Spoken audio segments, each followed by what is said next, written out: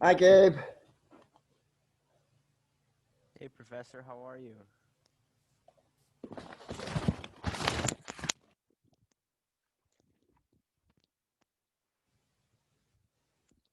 Hi, Gabe. Hey, Professor.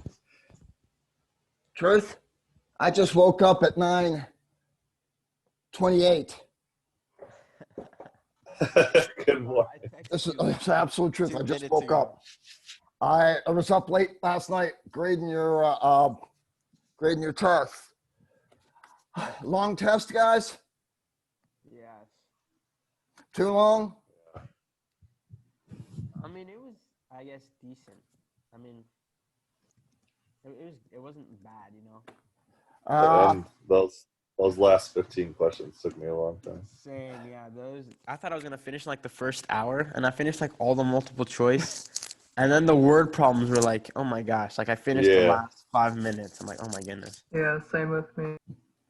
guys, let me show you a little trick, okay? If I can get in here. Yeah, I'm in here. Nope, that's not what I want. First of all, where am I at? Let's go share screen. Okay, yeah. Was that last problem a bear? Was that last problem horrible? Oh yeah. Yeah, Oh my definitely. Yeah. god. Oh, okay. You have the screen. You see the screen? Probably definitely got that one wrong. Do you have are you seeing the screen now, guys? Yeah, we Yeah. see it. Okay. So, no. Where am I at? Third homework problem. There we go. Maybe it's right. I got to find this silly thing. I swear to you guys, the problem was in here. Ah.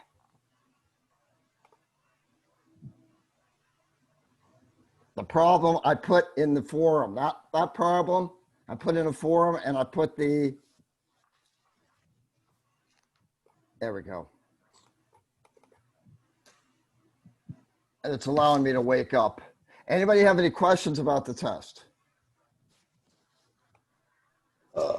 Have you seen it? Have we seen it? What do you mean by that? Have you seen your results from the test? Oh, did you No. post them? They should be posted. All right, I I'm didn't see checking them. now. I haven't seen mine. Yeah, Okay. no, mine's not in yet. All right, guys, look at this problem. Does this look familiar? Oh wow. Yeah. Yeah. Now, look Oh, down at the very bottom. I haven't solved it for you guys. Oh my gosh. Look at gifts. Look at the forum. You may find special gifts in the forum for you, okay? Just be aware of that. Now what am I thinking? I'm in here.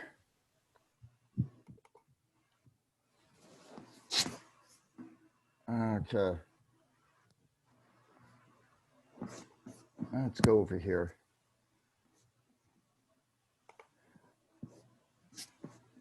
Yeah, I'm doing this half to get my cloudy. I haven't even had a cup of coffee yet, guys. oh no. Oh wait, Professor, I Can't see do the that. grades. I see them. You have to go like you have to go in submission review under your quizzes. They're not in the grade book though, but They're like not in if the you go to grade your, book? no. Okay. I have no idea who that is. Yeah, and Hold on one second, guys. Under test one?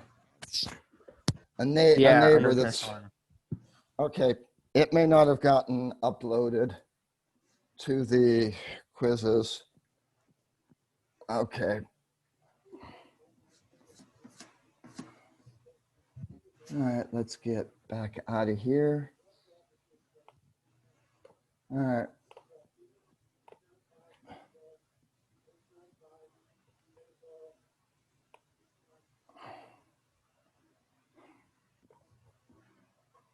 Sorry.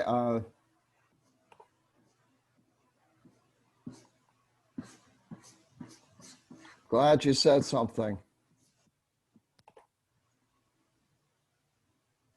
There we go.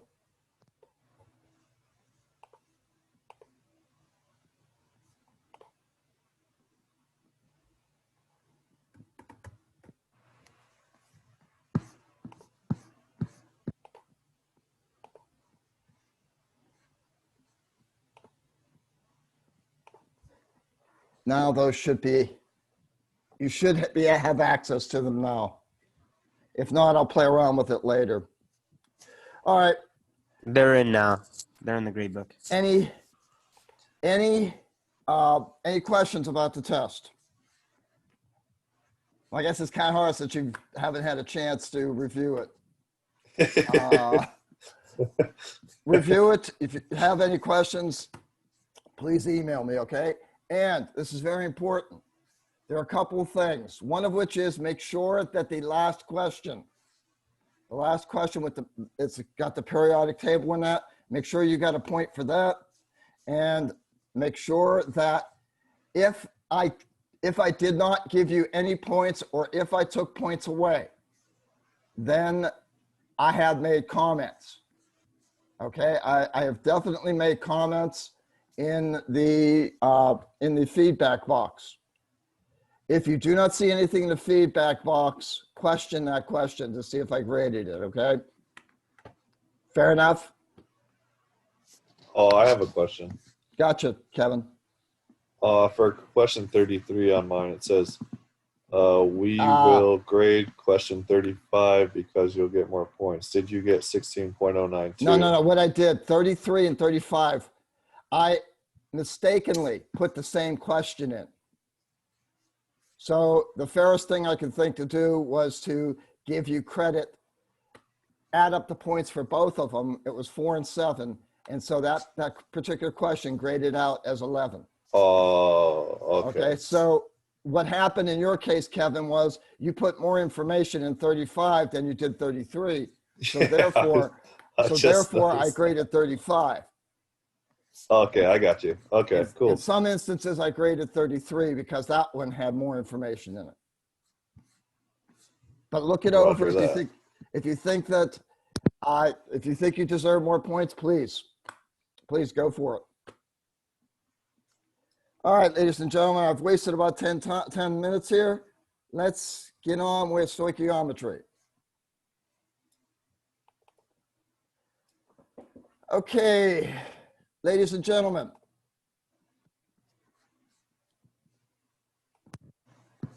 All right, basically, we're going to do a quick review of moles and reactions because literally speaking, guys, that's what we're using to determine stoichiometry. Then we're going to use stoichiometry to determine how much of the amounts produced or reactions were done. We're going to get into limited reagent, and here's where it's going to start. Did any of you have excess reagent problems in intro? By that, I mean, it's a limited reagent problem, okay? In that you're given 2 amounts of your reactants, okay? And then you're told, okay, you have 2 amounts of the reactants, you're gonna run out of 1, so the reaction's gonna stop. The excess reagent problems are how much of the extra stuff do you have left over? Did anybody have those type of problems? I kind of remember doing that, but I have no idea how to do it anymore. Well, we're gonna get back into it, Kevin. And the last thing is we're going to do percent yields. Don't get intimidated by stoichiometry problems. They are very, very easy. All right, first of all, you got to realize, again, this is review. You got to realize that there are certain signs that happen that a chemical reaction takes place. And basically that has to do with looking at the properties. If the reactants have a set of properties and the products have a different set of properties from the reactants, then probably you've changed something. And if you've changed something chemically, you've got a chemical reaction. If you have clear solutions and you put them together and you make a color, you probably have a chemical reaction. Now keep in mind, when I'm saying that, what I'm meaning is, if you have something that is like blue crystals and you put it in clear water, well, the blue colors already existed in the crystals. When you put it in the water, you still have blue color, but they came from the crystals. Nothing has changed. When I'm talking about a true color change, that means if you have a yellow liquid and you mix that with a red liquid, you put them together and you have an orange liquid, something like that. Or more specifically, you have two clear liquids, put those together and you have a red color. If you have two compounds that dissolve in water, so you have clear solutions, you put them together and what happens is you get a compound that doesn't dissolve in water anymore. It's got a different property. Therefore, a reaction has happened. If you have two substances, no bubbles, put them together, you got bubbles forming. You may have a chemical reaction. So these are all just different things. You got to look at the properties before you mix things and after. And if the properties change, there's a good chance you have a chemical reaction. Now, once we know a chemical reaction, that involves rearrangement of the atoms. But you got to realize atoms are not destroyed or they're not created. So basically, all the atoms that are on the reactant side have to add all those up, and they have to equal all the atoms that are on the product side. Again, this is a review, I realize it. That's why I'm going through so quickly. Have to remember physical states. The physical states are indicative of a property change, so you have to note those when they're coming up. Now, the key objectives we're going to use. We're going to take that balanced chemical reaction, and we're going to use that balanced chemical reaction to give the relationship between the moles of reactants and the moles of products. Basically, we're going to determine what a limiting reagent is. And we're going to use this limiting reagent to do the stoichiometric calculations. Then we're going to learn to do the experiment. We're going to do the experiment and we're going to figure out how much we retrieve back from the experiment. Then we're going to relate that to how much we should have gotten back by doing the stoichiometric amount. Two main things. We're going to pull from other lessons. We're going to pull moles and balanced chemical equations. Okay, is everybody with me so far? I haven't lost anybody in the tall weeds. I think we're good. Okay. Now, when you have a balanced chemical reaction, you have to realize on the molecular level, if I have a reaction like 2 carbon monoxide plus 1 O2 makes 2 carbon dioxide, I have to realize what's happening in that reaction on a molecular level is I have 2 molecules of carbon monoxide. That reacts with 1 molecule of oxygen to make 2 molecules of CO2.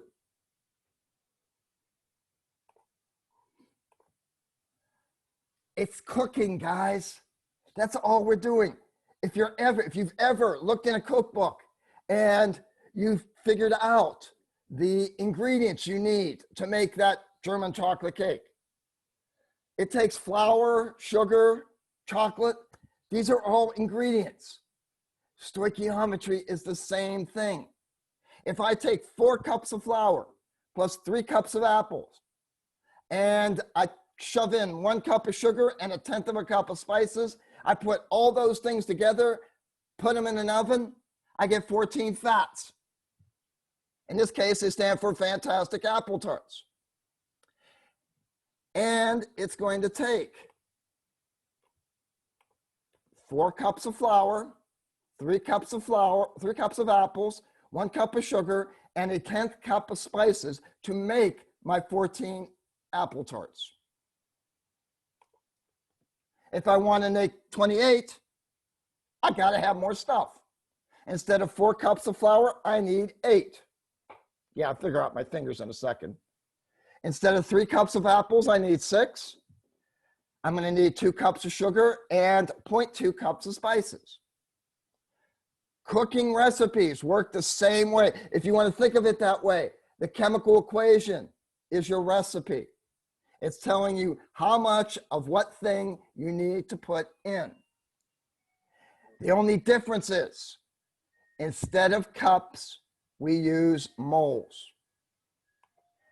Let's go back to our original equation.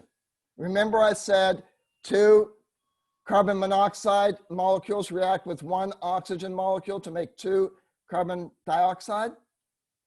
If I were going to go from the molecular level, jump that all the way up to the mole level, what I'm really saying with this reaction is 2 moles of carbon monoxide react with 1 mole of oxygen to produce 2 moles of carbon dioxide. Kevin, do you see grams anywhere in this? No. You can't relate grams. The chemical equation does not relate grams. It relates moles to moles. So you can't use grams. The first thing you have to do in a stoichiometric problem is to change the grams of stuff you have into moles. Later on, guys, we're going to learn to change liters of a gas at STP into moles. We are going to be able to change. We're going to be able to take the volume and the concentration of a solution, the volume and the concentration, put those together, you have moles. You're going to be able to take the pressure, volume, temperature of a gas and be able to get moles from that. All of these moles are the same thing. They're all moles. It doesn't matter how you get them. Then later on, we're going to take all these calculations and be able to determine what we really want. But for right now, guys, for right now, what we are doing is we are changing masses into moles.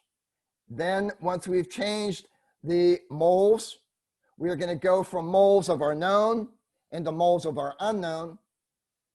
Then once we have our moles of our unknown, we're going to go back and change it back into grams.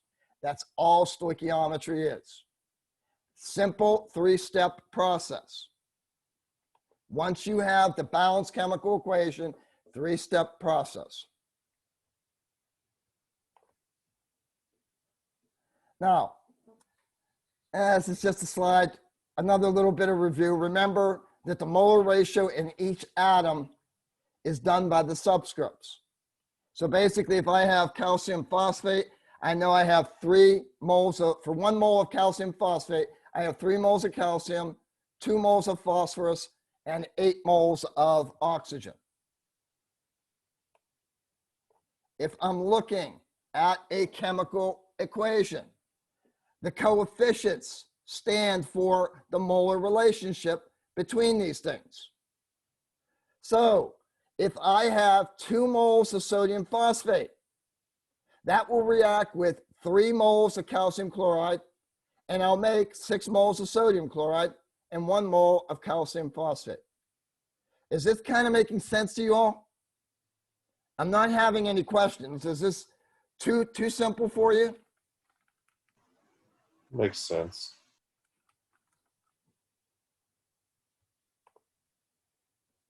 Now, this is a special thing. I made a note of this when we were doing empirical formulas, but I want to re-emphasize it.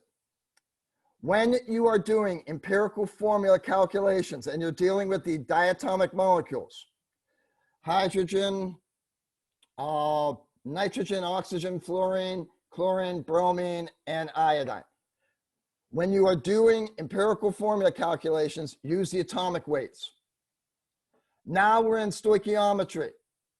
What we're relating now is we're relating moles of the compound. So when we're doing stoichiometric calculations, we're using the molar mass. So if we had oxygen for an empirical formula, we're using 16. For stoichiometry, we're going to use 32. And remember, I said we're relating moles to moles. So I can't go, if I have grams of A, I can't directly calculate grams of C. What I first have to do is I have to take my grams of A, I have to use the molecular weight of A to get the moles of A. Then once I have the moles of A, I can use my molar ratio. The molar ratio in a stoichiometric equation is going to be the coefficient of what you want over the coefficient of what you have. Guys, you just became alchemists because you're taking moles of one thing and turning it into moles of another thing. Okay, once you have the moles of the other thing, at that point, all you're going to do is multiply it by the molecular weight. You have C. So for these simple stoichiometric problems, you will be given an amount of A. You take that amount of A, divide it by the molecular weight of A, get moles of A. Then you look at your balanced chemical equation. In this case, if I want moles of C, I'm going to take the coefficient in front of C, divide it by the coefficient in front of A, and I'm going to multiply it by the moles of A. That will give me moles of C. Then once I have moles of C, I'm going to multiply it by the molecular weight. That will give me the mass of C.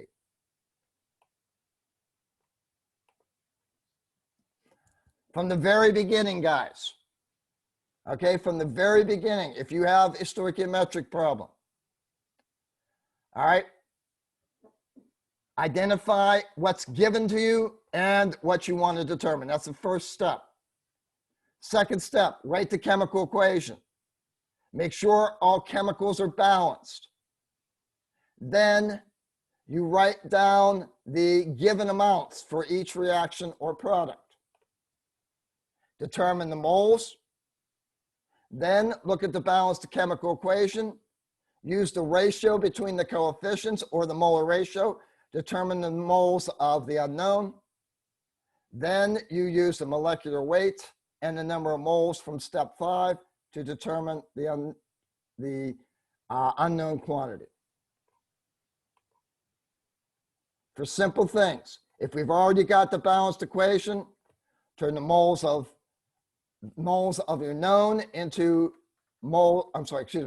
turn the grams of this happens when I'm waking up. Turn the grams of your known into moles of your known using the molar mass. Then turn your moles of known into moles of unknown using the molar ratio. Turn the unknown moles into unknown grams using the molar mass of the unknown. Let's do some simple problems. We have a balanced chemical reaction at the top. The question is, how many moles of phosphoric acid are required to form 2.5 moles of water? Again, you got to analyze the problem. Do I have to turn grams into moles, Kevin? Yeah, you have to turn the. Look at the Oh problem. no, you don't. No, you don't. Sometimes the information will be given to you. In this particular case, we've already converted the grams of water into moles of water. So first step has already been done. Now we have to realize we're relating phosphoric acid to water. Now, Kevin, what is the relationship phosphoric acid to water? How many moles to how many moles? 1 mole of phosphoric acid, 2.5 1 mole. Look at the water. chemical equation, Kevin. Oh, okay. So it'll be 2 moles then, and then 2 moles to what is that? 7.5 moles. No. Well, because the subscript is 3, so wouldn't it be 3 times 2.5 moles? You jumped ahead of me. Okay? You jumped ahead of me. all I wanted you to do was to determine the molar relationship between phosphoric acid and water. And you already included how much we had. Don't include that right now. The question is, what is the molar relationship between phosphoric acid and water? So it would be, so you have 2 moles and 3 moles of water then. 2 to 3. Right. Okay. Now, again, at this point, it becomes a dimensional analysis problem. I have 2.5 moles of H2O. I multiply that by 2 moles of phosphoric acid divided by 3 moles of water. So, Kevin, did you multiply the 3 by the 2.5? I did. Is that what we're supposed to do? No, Kevin. Okay. All right, look. Let me go jump up to another. Here. We're agreeing, Kevin, that it's a 3 to 2 relationship, right? Yes. Okay. Let me see if I get the slideshow, because the slideshow may be better for this. Oh, I get it. So 2 of the hydrophosphorus Okay. equals 3, but that's 1 mole to 2.5. So it doesn't. Yes, exactly. Exactly what you're saying. All right. Okay. I skipped a page. So our relationship is 2 moles of phosphoric acid for 3 moles of water. Guys, the easiest thing to do is what Kevin just did. And the way you avoid it is by looking at the labels. You have 2.5 moles of water. Therefore, the moles of water in that molar relationship is going to go below to cancel out moles of water. And the moles of phosphoric acid is going to go on top. So I simply take the 2.5 moles of water, multiply that by my moles of phosphoric acid over moles of water, the molar ratio. That gives me 1.67 moles of phosphoric acid. I add up my atomic weights for phosphoric acid, and then I take my 1.67 moles of phosphoric acid, multiply it by my molecular weight over 1 mole of phosphoric acid. My final answer is 163. Easy peasy, guys? Gabe, easy peasy? Yes. For the most part. For the most part. It's easy until it's not, right, Gabe? Yeah. Yeah. All right, we're going to still have the same equation. By the way, guys, what was I relating? Moles. No, yes, you're right. I was relating moles, but in terms of reactants and products, my known was my known a reactant or a product? A reaction. It was A react. It was a reactant. Kevin, is it on the right or the left side of the arrow? Oh, I mean product. Oh my gosh. Yeah. So in this instance, in the first problem, I related a product back to what, Kevin? A reactant. So I knew what the product was. I related it back to the reactant. Okay. In this problem, what am I relating? Jasmina, what am I relating? Is sodium phosphate a reactant or a product? A product. Okay. So I'm relating a product back to A reactant. a reactant. All right. The difference is, am I relating a product back to the reactant, Jasmina? Look at the problem.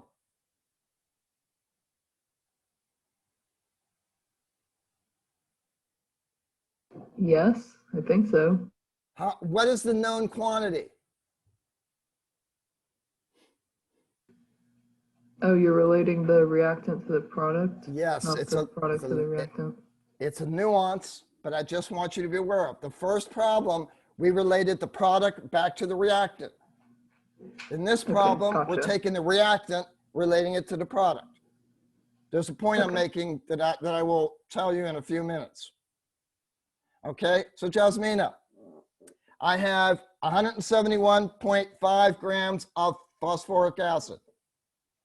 Remember, the first step is turning moles of known, or grams of known into moles of known. How do you make moles of known using phosphoric acid? You determine the molecular weight of the entire compound and Which divide is it. 98, it's 98 grams. Okay, yeah, and then you do 171.5 divided by 98. If you're thinking about using the labels, you have 171 grams of phosphoric acid. That's, if you have 98 grams per mole, that's also equal to 1 mole over 98 grams of phosphoric acid. So you're dividing the 171.5 by 98, I get 1.75. Next step, I have my moles of my known. I have to relate it to the moles of my unknown. What is that molar relationship? Jasmina? Sorry, repeat the question. The first step was to get the moles of my known. We have that. I have 1.750 moles of phosphoric acid. The next step, we convert to the moles of the unknown using the molar ratio. My question to you is, what is the molar ratio between sodium phosphate and phosphoric acid? I'm not sure whether I say 2 to 2 or 1 to 1. 2 to If they 2. like divide 2 to 2. 2 to 2 is Okay. good. Ultimately, it doesn't matter because the molar ratio is 2 to 2. You're going to multiply the 1.75 moles of phosphoric acid by 2 moles of sodium phosphate over 2 moles of phosphoric acid, and you will end up with the same number. Only now you have moles of sodium phosphate. Now, Jasmine, did you know the next step of this?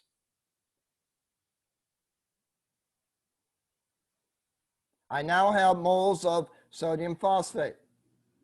I want to know how many grams. What do I do to the moles of the sodium phosphate? Step 6 says calculate the mass of the unknown quantity using its molecular weight. I'm going to multiply my moles of sodium phosphate by the molecular weight of sodium phosphate. The molecular weight of sodium phosphate is 163.94.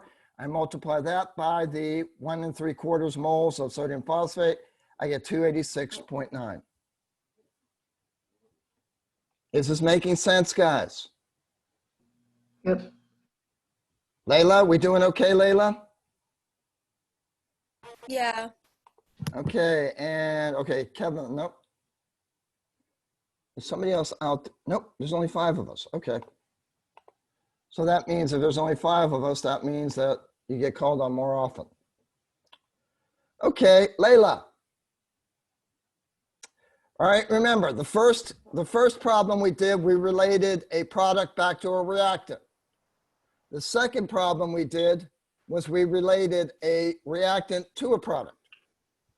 Now we have 162.5 grams of sodium carbonate.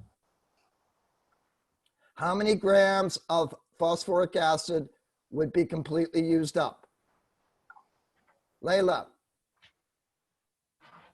what is sodium carbonate? Is it a reactant or a product? A reactant. And phosphoric acid? A reactant. So can I relate a reactant to a reactant? Yes. Absolutely. I can relate sodium carbonate to my phosphoric acid because I have a molar relationship between the two.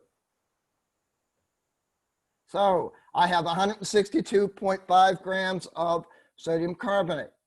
Layla, what was the first thing we did in stoichiometric? Jasmina, do you have a question?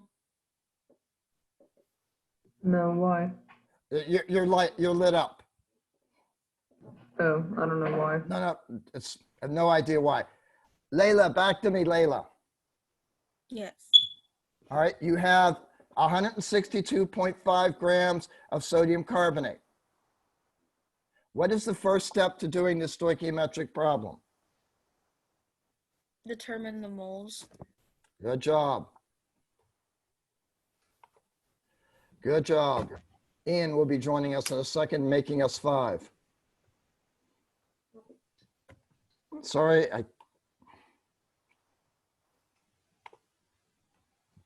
Yeah. If I tell you, Layla, the molecular weight of sodium carbonate is 106, what am I doing with this 106 and 162 to get moles of sodium carbonate? Dividing it. Yep. I've got my grams of sodium carbonate. I'm putting 1 mole over the molecular weight. This gives me 1.533 moles of sodium carbonate. All right, Layla, what do I do now?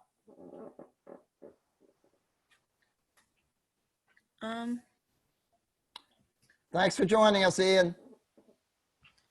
You multiply that by the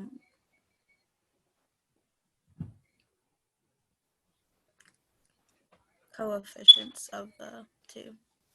Exactly. So I've got this many moles of sodium carbonate. Am I going to multiply it by 2 over 3 or 3 over 2? 3 over 2. Okay. If I multiply it by 3 over 2, I would be multiplying moles of sodium carbonate by moles of sodium carbonate divided by moles of phosphoric acid. Oh, 2 over 3. Okay, Layla, use the labels. It's going to help you. It's going to prevent you from dividing when you should multiply and multiplying when you should divide. So I got my 1.533 moles of sodium carbonate. Multiply that by 2 over 3. I get 1.022 moles of phosphoric acid. Now, Layla, I want grams of phosphoric acid. What am I going to do with the moles?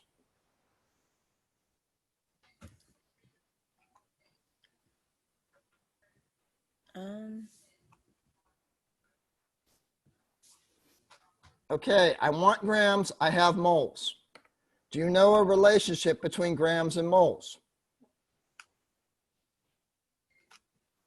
Would you multiply it by their mass? By the molecular mass, yes. That's the next step. So my molecular weight of phosphoric acid is 98. So I take my 1.022 moles of phosphoric acid, multiply it by 98 over 1. This gives me 100.2. Easy peasy, guys. Simple 3-step process. Turn the grams of your known into moles. Use the molar relationship within the balanced chemical equation to go from moles of your known to moles of your unknown. Third step, you use the molecular weight of your unknown to turn your moles of unknown into grams of unknown.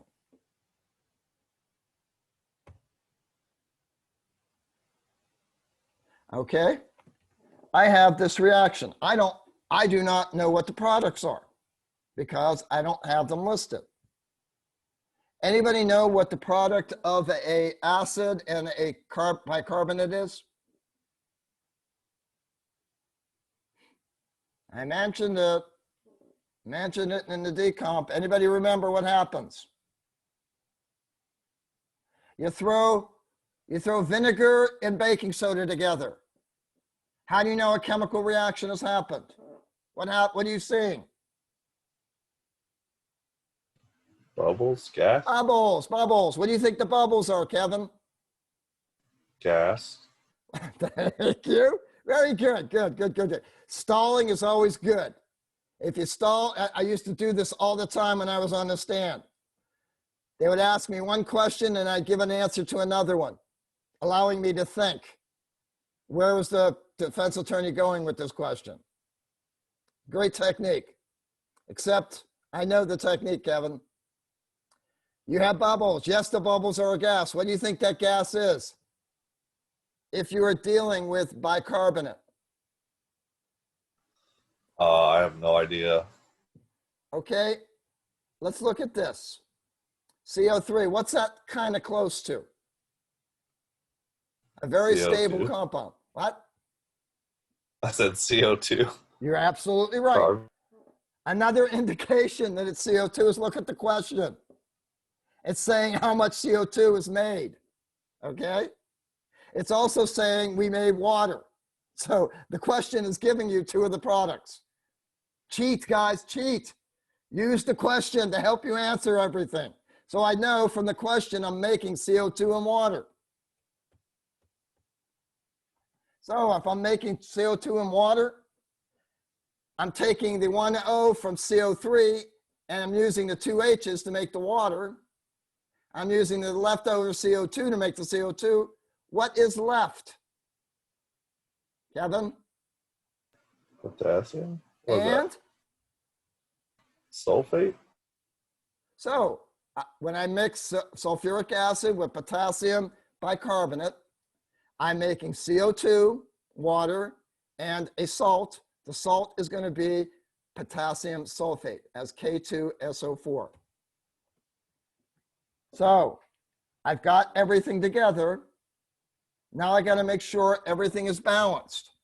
My sulfate as a -2. How many potassiums do I need, Gabe? If my SO4 has a -2 charge, potassium has a +1. How many potassiums do I need to balance this chemical? 4. Gabe, how many SO4s do I have? 1. So that one SO4 makes a -2 charge. If each potassium is +1, how many potassiums do I 2. need to balance it? 2. 2. So I've now balanced all my chemicals. Next thing I have to do is I have to balance the equation.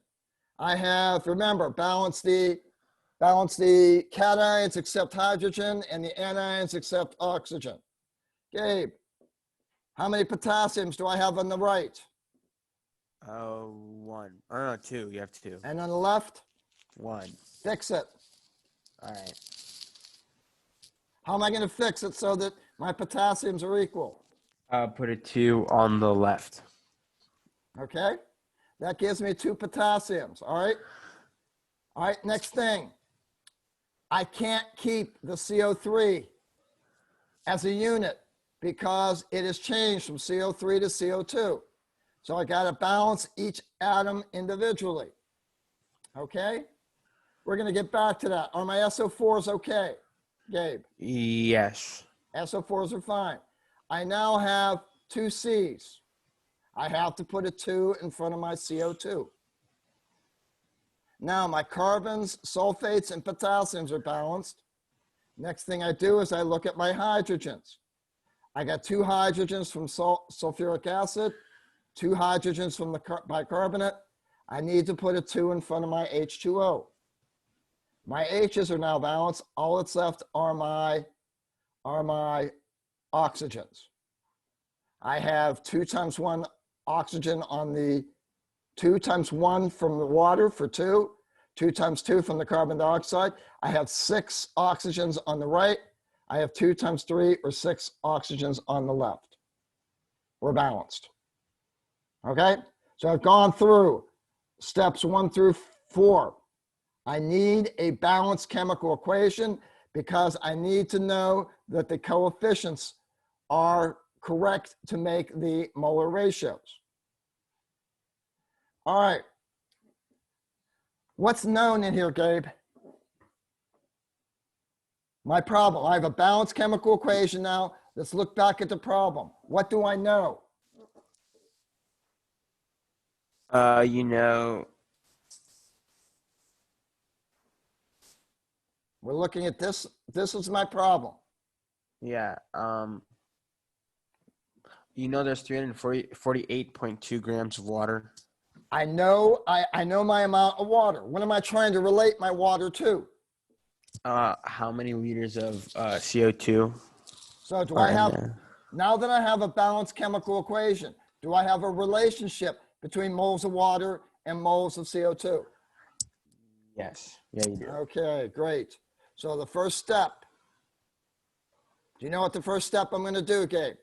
Yes, you're gonna do dimensional analysis, right? Well, what's in stoichiometry? What is the first step? What is the first step I'm going to have to do? Can I relate grams of water directly to grams of CO2? No. What do I have to do before I relate the water to the CO2? You have to do like the molar mass of water, right? You have to do the molar mass. So I'm going to have to take my 348.2, multiply that by 1 over 18. This gives me 19.32 moles of water. Now, Gabe, what am I going to do? And then you have to get the wasn't it like the molar ratio for What's the molar H? ratio? It's 2 to 2. 2 to 2. Or, yeah. 2 to 2. So if I started with 19.32, if I made 19.3 moles of H2O, then I have also made 19.32 moles of CO2. Now, my CO2 is at STP. I'm going to throw this out to the general people because this is something that may not be remembered. If I have a gas at STP, can I relate moles to liters? Yes. Yes. Okay. So one of you two, tell me what the relationship is. I don't remember. I remember they were late. I just don't know how. Anybody throwing the question out there? 22.414 liters. Yeah. If a gas is at STP, STP is 1 mole is 22.4. equal to 22.414 liters. So I'm going to use that relationship to turn my moles of CO2 into liters of CO2. Questions, guys? Now, I've gone through that. I've gone through all 4 problems. Remember, you can relate a reactant to a reactant as long as you have a balanced chemical equation by using the molar relationship between the two. You can relate a reactant to a product. You can relate a product back to the reactant. And you can relate a product to another product. Some people get freaked out. They're used to seeing the professor give reactant to reactant. It's like the professor goes reactant to reactant the entire time they're doing stoichiometry.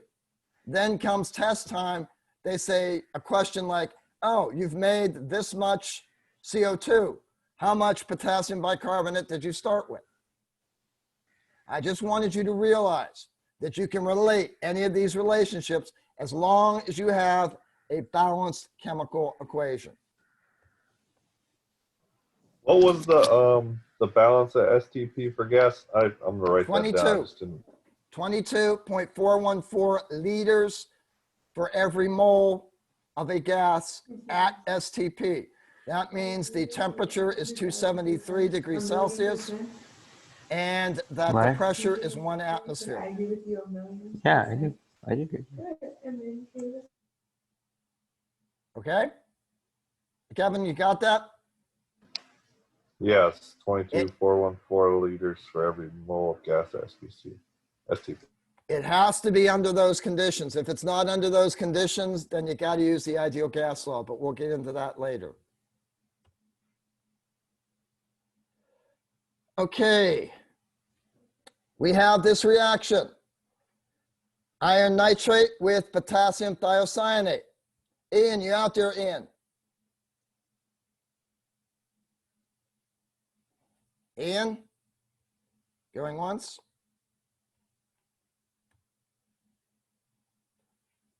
Okay. Layla. You there, Layla? Yes. I have iron nitrate, iron 3 nitrate, and potassium thiocyanate. I have 2 ionic compounds. What reaction? Identify the reaction. Double replacement. Double replacement. So if I have iron nitrate I have iron 3 nitrate and potassium thiocyanate. What are my products going to be? Iron cyanate, Iron thiocyanate and potassium nitrate. again, okay, so do you know off the top of your head what the charge on SCN is? No. Okay, a couple things, couple pointers. One, again, use the test to help yourself cheat. I have potassium thiocyanate. Remember, if I have a metal, the metal is going to be the cation, everything else is going to be the anion. So Layla, I have my potassium thiocyanate here. My potassium is my cation, the SCN is my anion. Okay, what's the charge on potassium, Layla? +1. +1. So in order for KSCN to be balanced, if potassium is a +1, what's the charge on the SCN? -1. -1, all right?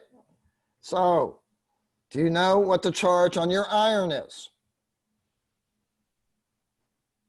+2. Can't be a +2 because what's the subscript on the NO3? Oh, a 3 +3. +3. So my iron's a +3, my thiocyanate is a -1. How many thiocyanates do I need? 3. 3 of them, okay? Potassium's a +1, NO3 is a -1. That's balanced. So guys, I just used the reactants that I had to predict the proportion of the products that I had. So this is where we're at, Layla. Are my ions balanced? Yes. Are my potassiums balanced? Yes. Okay, now I'm going to go to my anions. Are my SCNs balanced? No. What do I have to do? Put a 3 on the left side. Put a 3 in front of KSCN. Now, what about my NO3s? Are they balanced? No, you need a 3 on the right side. Such as it is, okay? Now, Layla, do I have the molar relationships between all 4 species, all 4 compounds in my reaction? Yes. I have a balanced chemical equation. I have the relationship. Okay, I'm done picking on you. Kevin, I have I have a balanced chemical equation, Kevin. And I have, what does the problem give me? 217.3 grams of FeNO3. So that's what I know. What do I want to know? You want to know how much KSCN will be needed. So I'm relating one reactant to another. Okay, what's my first step, Kevin? Convert the grams to moles. Convert the grams to moles. So I know I figured out the molecular weight of iron 3 nitrate is 241. Divided that into the 217, came up with 0.8984. Now, Kevin, I got this 0.8984 moles. What do I do now? That's moles of iron 3 nitrate. Now you multiply it by 1/3. 1/3? Or divide it by 3, basically, right? Okay, again, Kevin, we got to Oh, you keep multiply because the subscripts, it's 3/1. the coefficients is 3/1. Again, you got to realize what you're doing to make sure you don't divide when you should be multiplying. Okay, Kevin, this gave me 0.8984 moles of iron 3 nitrate, right? So if I want to get rid of moles of iron 3 nitrate, the coefficient in front of the iron 3 nitrate is going to go on the bottom. The coefficient for my potassium thiocyanate is going to go on the top. So that is 3/1. Did you say multiply, Kevin? Yeah. All right, you were right. You're right. I was just anticipating you being wrong. I'm mostly wrong. That's why I was anticipating it. I'm kidding, Kevin. Savage. Okay, so I do that multiplication. I get 2.695 moles of potassium thiocyanate. Now what do I do, Kevin? Now you convert the moles to grams I take, by what? You divide by the molar mass. is or that no, what you- I'm doing? Well, you got to convert the 2.695 moles 2 grams. to grams. So you need the molar mass of KSCN, right? Okay, then once I get the molar mass, that's going to be, the molar mass is actually grams over moles. So am I going to be multiplying by the molar mass or am Oh. I going to be dividing by the molar mass? Once I You get put the moles on bottom, so you multiply it by the grams. there we go. And the molar mass of KSCN is 97.18. Multiply that by the moles and I get 261.9. Questions, guys? Is this seeming to make sense to you? Yeah. Just need practice. Gabe? Yeah, Does it for the make most part. sense? Layla? Yes. Yeah. Jasmina, we're okay with this, right? Yep. Okay. That was the original question. Those were the original questions, okay? Do you need more examples of this? Tell me, guys, because I'm here for you. If you want more examples, I'll go through them. I'm good. So, yeah, is the homework mostly just these types of questions? Like you I covered can all the guarantee principles? I can guarantee you the extra homework is. And I'm pretty sure that my mastering does cover this, okay, Kevin? Okie dokie.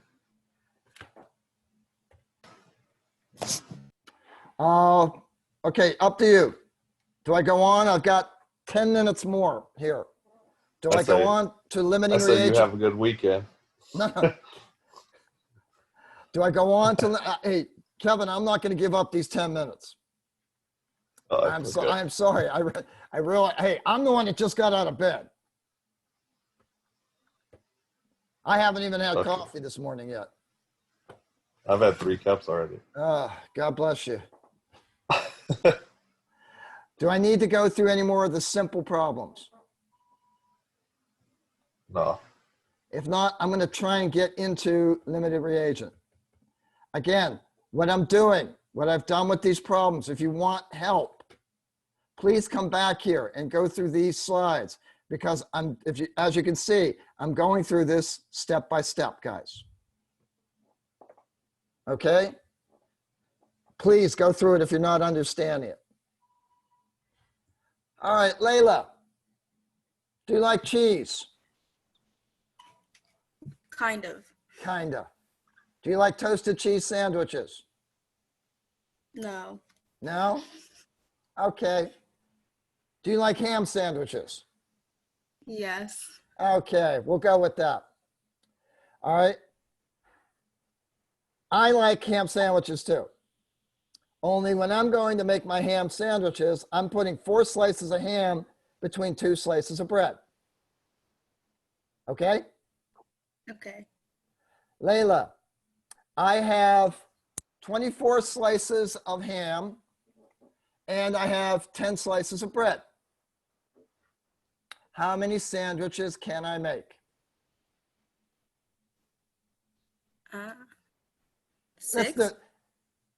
Okay, I can make 6 with the ham, but do I have enough bread to make 6 sandwiches? Oh no. I have 10 slices of bread. 5. I can only make 5 because the bread is limiting me.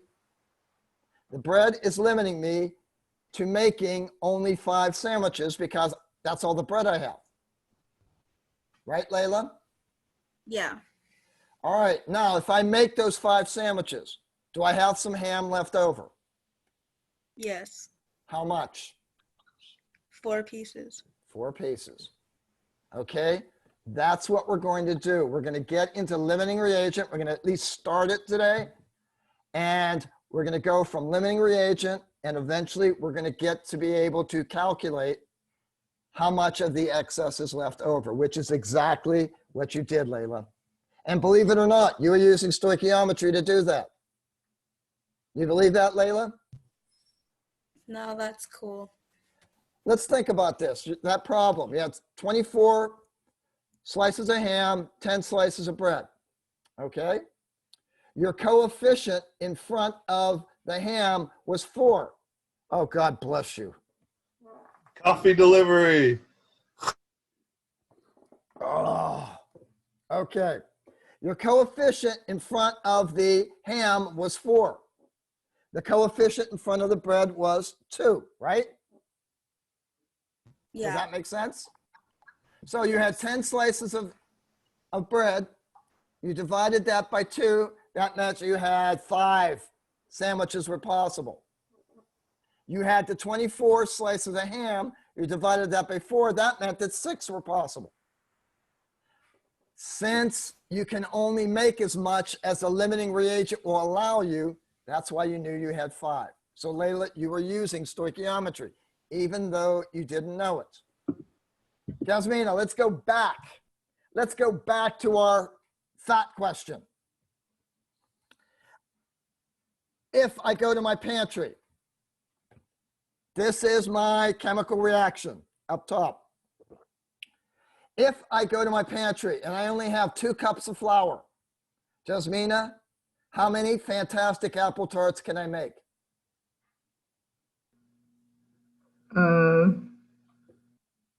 How many? I was talking to my mom because she was asking me a question, so I missed like half of that. I'm sorry. So your mom is more important than I am. Get your mother on sorry. here. She left the room. Probably a good point.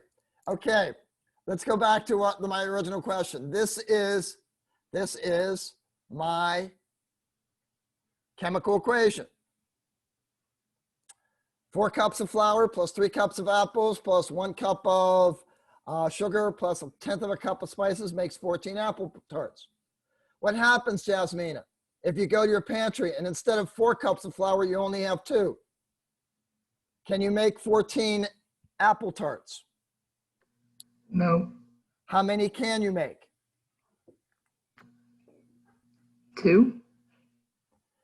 If you were making 14, Sorry. you had 4 cups of flour. You only have 2 cups of flour. How many apple tarts can you make? Okay, yeah, that makes sense. 7. Okay. So you are limited. You're limited by the fact that one of your ingredients isn't enough to use up all the rest. Does that make sense to you? Yeah. Okay. So what I have extra, I've had to cut my entire recipe in half. Right, Jasmina? Yeah. So instead of using 3 cups of apples, I'm only using 1.5 of them. I have 1.5 cups of apples left. I have half a cup of sugar left, and I have 0.05 cups of spices left because I couldn't use them all. This is basically what we're doing in chemistry. The amount of product we create is going to be limited by the limiting reagent. All right, guys. How do you recognize? This is where I'm going to leave off because I'm starting a new problem here and I got about 3 minutes. How do you recognize that you have a limited reagent problem?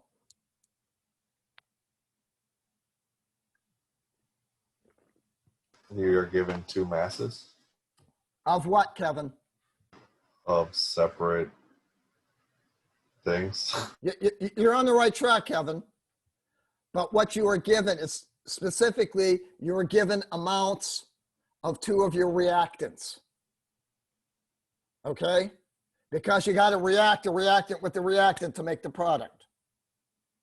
So you recognize a limited reagent problem in the fact that you are given two separate amounts of each reactant. Then the basic strategy we're going to use behind determining which is the limiting reagent, we are going to determine how much silver chloride my calcium chloride can make. And we're going to determine separately how much silver chloride my silver nitrate can make. Then I'm going to look at those two amounts. I'm going to determine which one is smaller, and I'm going to report that one out because the limiting reagent limited the amount that I could produce. Does that seem to make sense, guys?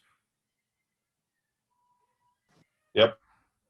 Okay, we're going to stop there. This is where I am going to start again on Tuesday. Okay? Look over the tests. Look over the comments. If you have questions, please feel free to fire them at me. The only thing I'm doing today is preparing my lesson for tomorrow. So I'm going to be around the house all day unless my wife makes me go out and do yard work. Guys, we need to talk to my wife. Yell at her. Yell at her. No yard work. All You're right. on her side. You guys are on her side, aren't you? Yeah, always on the woman's side. That's the smart move.